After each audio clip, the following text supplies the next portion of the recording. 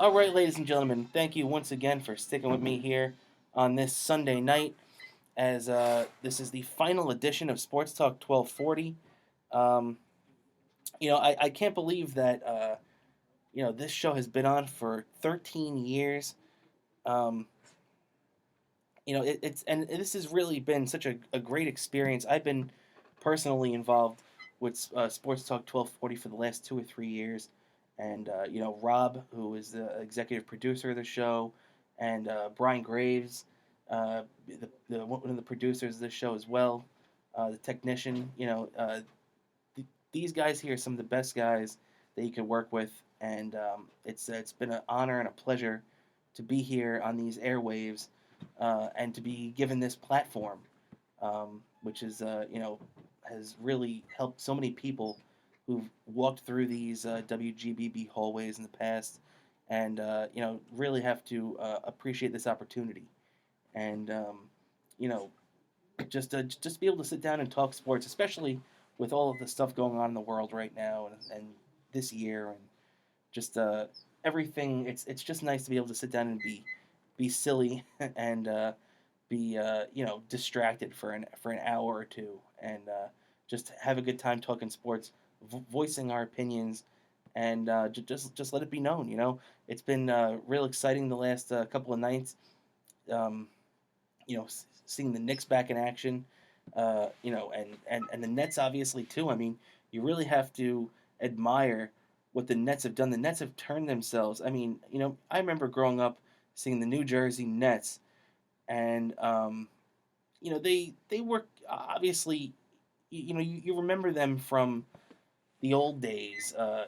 Obviously the ABA Nets were taken seriously, especially on Long Island, where they won a couple of championships in the '70s with Dr. J, and then they joined the NBA, and really, I mean, they sold their fan base a bill of goods, telling them that they were going to be a competitive team off the bat with Dr. J, and then before you knew it, they were selling off Dr. J to the Sixers and offering him to the Knicks, and they were just a terrible team for years and years. They really seemed to resurrect themselves and become a competitive force in the early 2000s when they picked up guys like Richard Jefferson and um, Jason Kidd and really Vince Carter helped take them to the next level for a couple of years. But you know, as a Knicks fan, I'll say this, that I still think that one of the worst mistakes that James Dolan has made as the Knicks owner is allowing the Nets to move to Brooklyn and to be able to brand themselves as that. And this is a team that has potential to one day become more valuable than the Knicks franchise, which is one of the most valuable in all of sports right now. As bad as they've been, they're still one of the most valuable franchises in sports. And the New Jersey Nets, I called New Jersey, but the Brooklyn Nets right now, they're currently playing the Hornets. They're trailing right now, but the, they're 2-0. They're off to a good start. Durant looks healthy. Um, that team is going to be a problem. That team is going to be a big problem, and it's a shame that you really have to look at things like that. That it's a shame that the Nets are not going to be a liked team, but they're going to be one of those teams though that you're either going to love them or you're going to hate them. The Durant, Kyrie Irving Nets teams, and I think I'm going to be one of those people that hate them, unfortunately. But look, they're going to be competitive and they're going to be a story and team a story in New York day in and day out with those two players specifically on that team. And they have a lot of good players in that team. They got Spencer Dinwiddie is another really good player. They have just there's talent up and down that roster, and there's a reason why they were in the playoffs last year, even without um, Durant playing a game. And really, I think they only had Kyrie for about 20 games. So, that's it's going to be real interesting shifting to the mindset that the Nets are a team that's supposed to be taken seriously, and being given equal time. But I got to give my cap to I got to tip my cap to them, and you know, flip it to Mr. Dolan as well, because the fact that he even let them, the fact that he even let them uh, move into Brooklyn there and build that Barclays Center. This is the same guy that was throwing a fit when the Jets were supposed to be building the West Side Stadium in Manhattan about 10, 15 years ago, and the Jets would have had their own stadium. They would have been, one of the most valuable franchises in all of sports if they had gotten that. But now they're still just in New Jersey, and the Jets are what the Knicks would have, or what the Nets would have been if they had stayed in Jersey. So it's just a shame. But it's talking from a Knicks fan perspective as well. I understand that. Um, but what I do have to say though is that right now the Knicks are looking pretty good. As the Knicks had a very competitive first game where they really, it looked like for a while they were going to win. Obviously, they didn't have enough ability to finish it off. But another thing is too is that they had uh, in the second game. So in the game last night, the Knicks really had a chance to take the game. They were up 66-61 at the half. It looked like I said, it looked like they had a chance to even up at 500 and make themselves, a formidable foe. Especially with the Sixers and everything like that. But they weren't able to close the deal. The Sixers came out flying in the second half, took the third quarter, took the fourth quarter, and the Knicks fell to 0-2.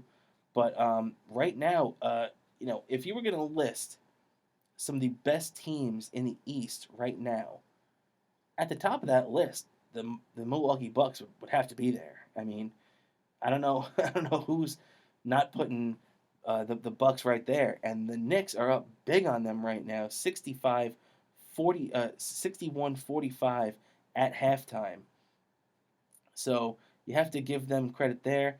Uh, you know, this kid Alec Burks, who the Knicks have been playing, the 6'6" guard.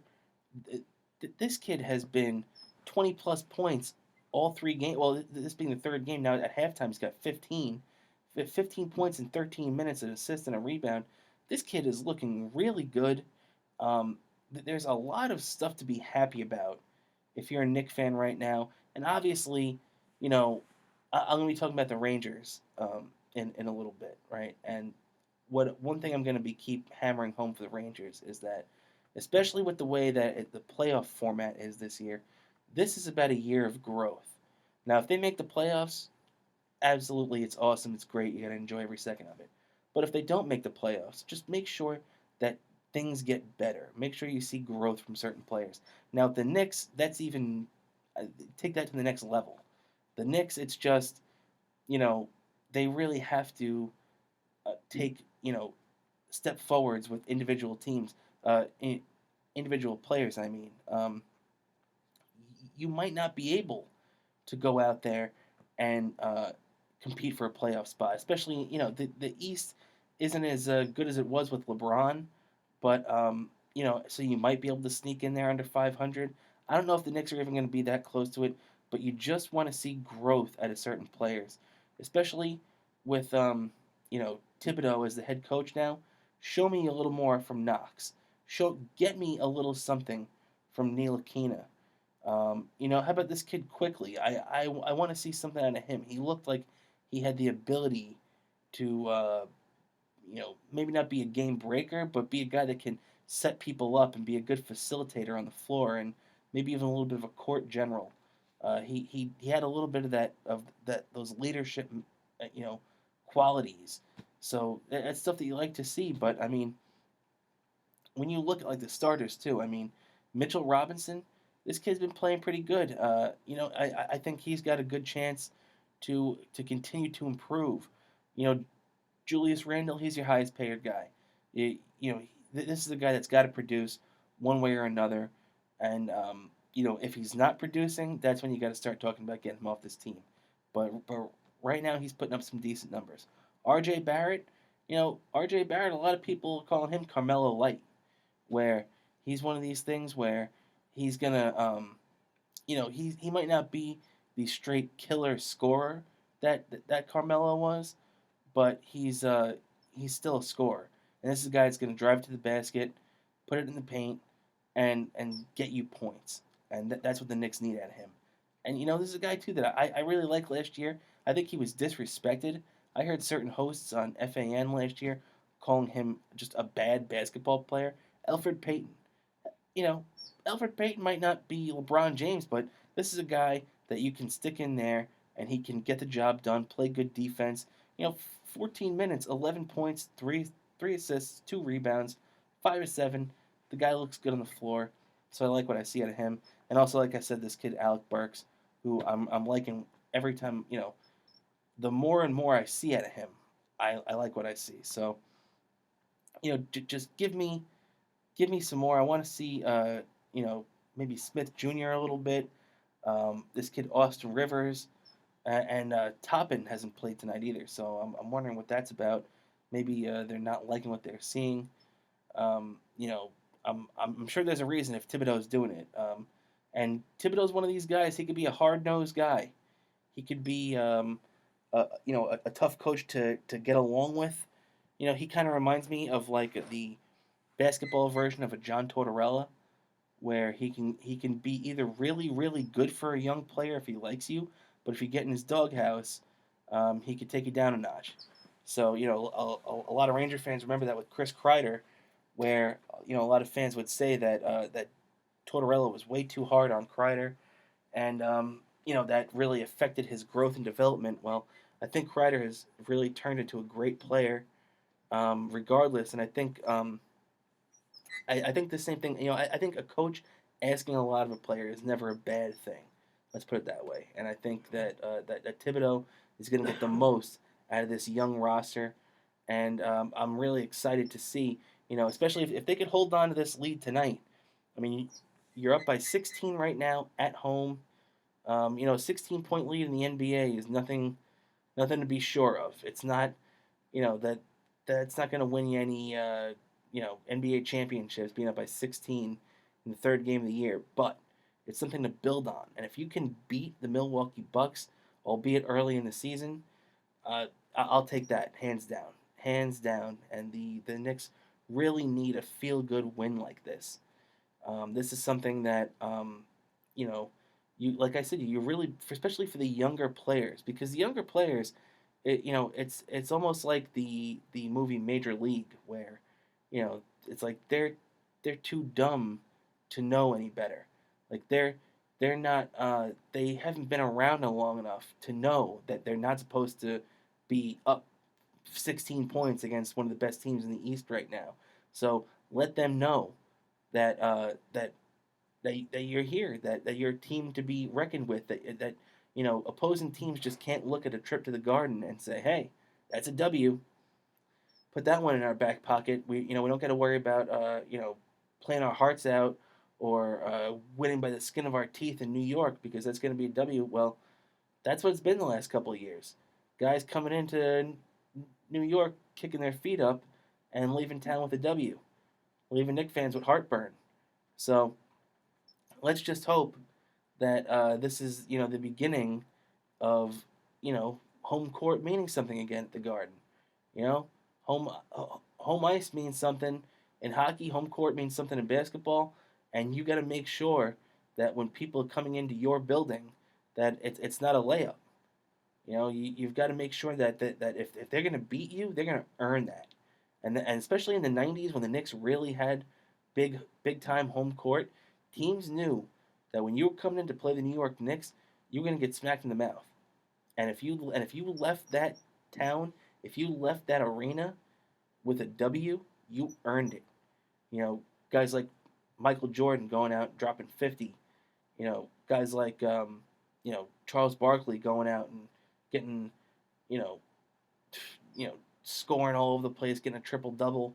These guys knew going into the Garden meant something and coming out with the W. The guys the last 10, 15 years, LeBron really never faced a really good Knick team. You know, not to take anything away from the guy. The guy is still one of the best of all time. But when you come into the Garden, you haven't had anything to fear. You haven't had anything to fear at all. The Knicks have been a venomous snake for quite some time. And when you've got a guy like Tom Thibodeau calling the shots now, who was a former assistant too, if you remember back in '99 under um, you know uh, the Knicks.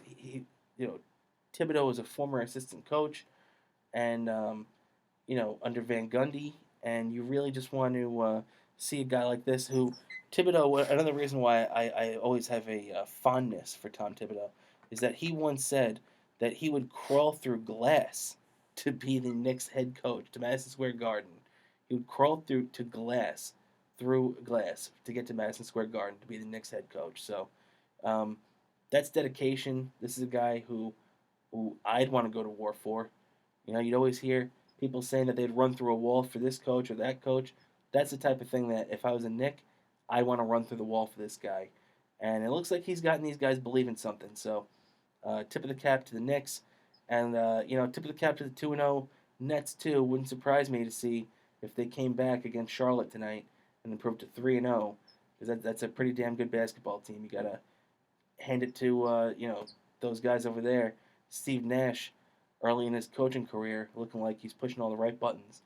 And so as we come down here, ladies and gentlemen, we're just about to the final stretch here of Sports Talk 1240. Still can't believe that it's just about over here, as will be Sports Talk New York in the new year in 2021. Just another great show from WGBB here. It's going to be a lot of great guests next week, so don't forget to tune in. Like I mentioned earlier, uh, Bill Donahue is going to have Daryl Strawberry, Curtis Martin, and Dr. J on.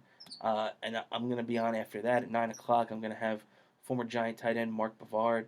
So it's going to be really, really fun next week, as we're going to be having a bunch of guests, a bunch of fun, and a great way to kick off a brand new show.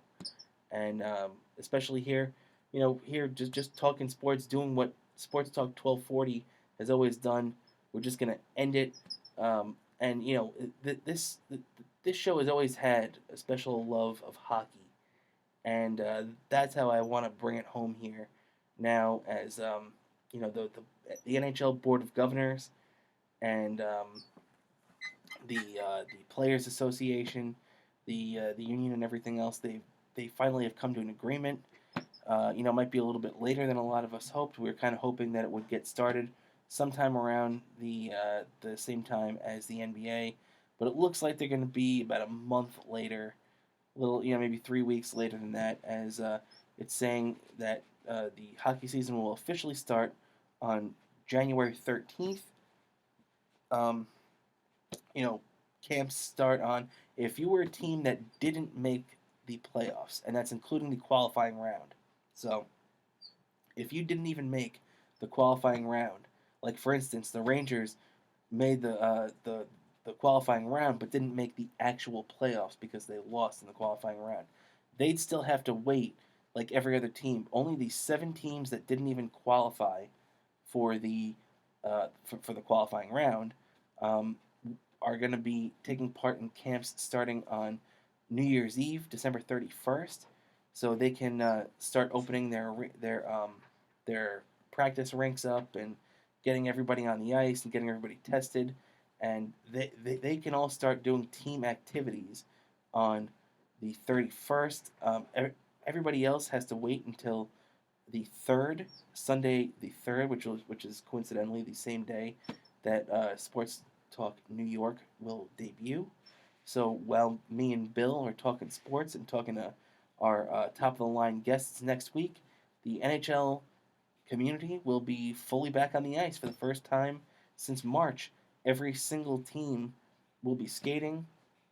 Every single team will be in training camp and getting ready for that January 13th, um, you know, date that starts at that Wednesday, January 13th, where some teams will be playing, other teams won't.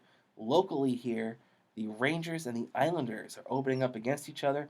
The first two games of the year are Rangers Islanders games for both teams, obviously, as the 14th and the 16th, a Thursday and a Saturday, Rangers and the Islanders will be meeting up.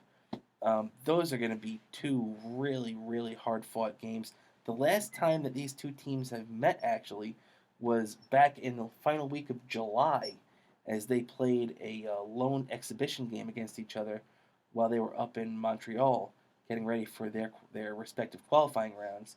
The Rangers were getting ready for the Carolina Hurricanes, while the Islanders were getting ready for the Florida Panthers. And the Islanders ended up taking that game. I think it was 2-0 or 2-1. Really a very conservative game where you could tell a lot of these guys who at this point in July hadn't even been in real game action since March.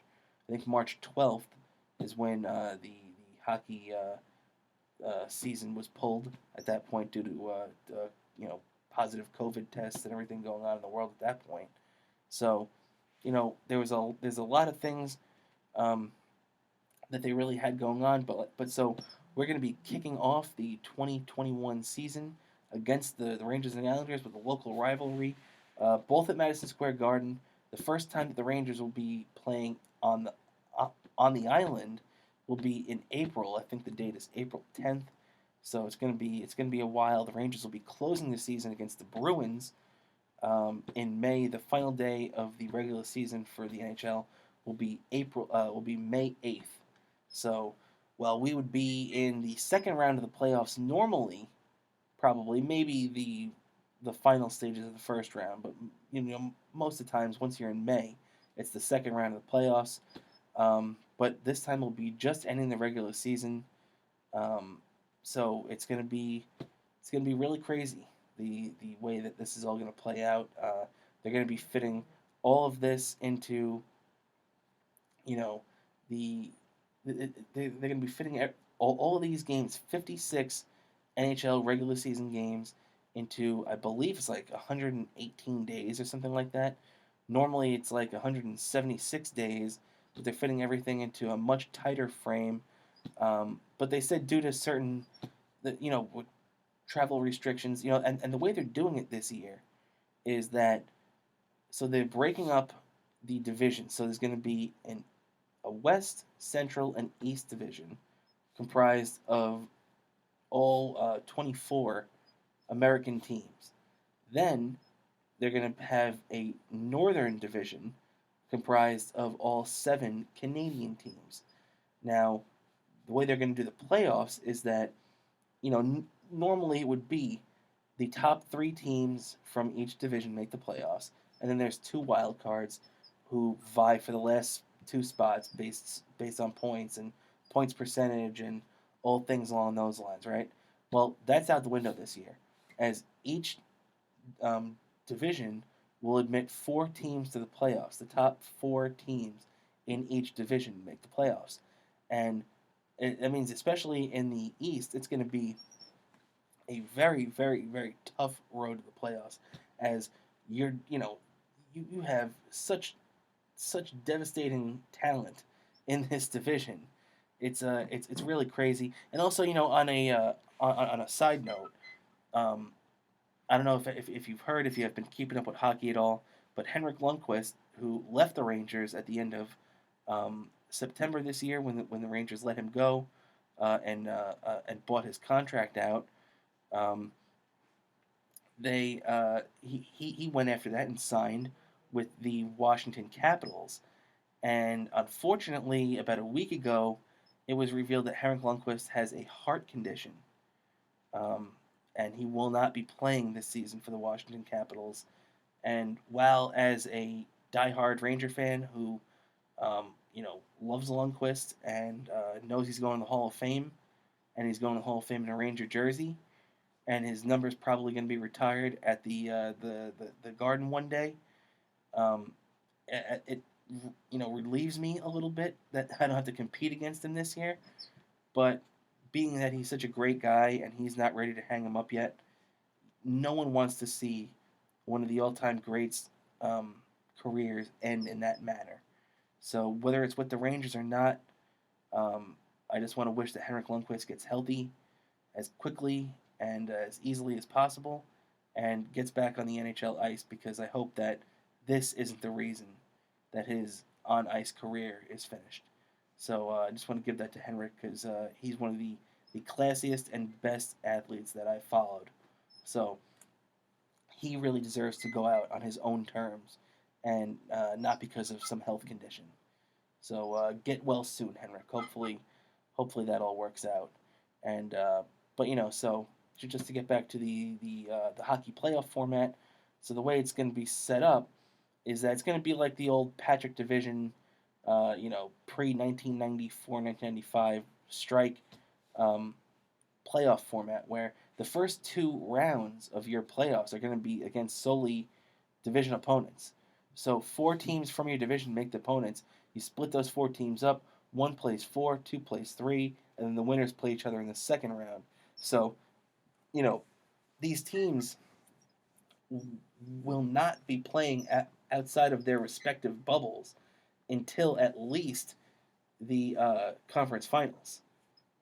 And then, the conference finals going into the Stanley Cup final. So you're still having four rounds of the playoffs, but the first two rounds are against division opponents, and you won't play another division opponent or outside of your division opponents until you make it to the conference finals. So only a handful of teams will be doing that this year, um, and you're just going to have to deal with seeing, especially like in the Northern Division, they have one less team.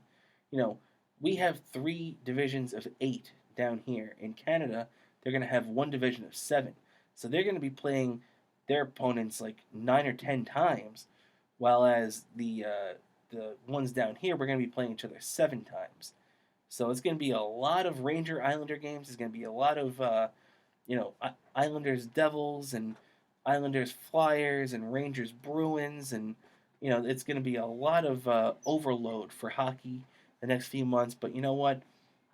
We haven't had a lot to sink our teeth into, so I really hope that you enjoy it once it starts back up. And so as you can hear the music, it looks like we're running out of time here, ladies and gentlemen. I just want to thank you for sticking around here with me on this Sunday night, the final show of 2020, the final show in the history of Sports Talk 1240. I want to thank Brian Graves behind the glass. I want to thank Rob Cowell for putting me on. I want to thank all the hosts for Sports Talk 1240 in our history. I want to thank everybody for tuning in. Thanks again. Hope you have a great holiday and a happier new year. And I'll catch you next week on Sports Talk New York. Have a great one. The views expressed in the previous program did not necessarily represent those of the staff, management, or owners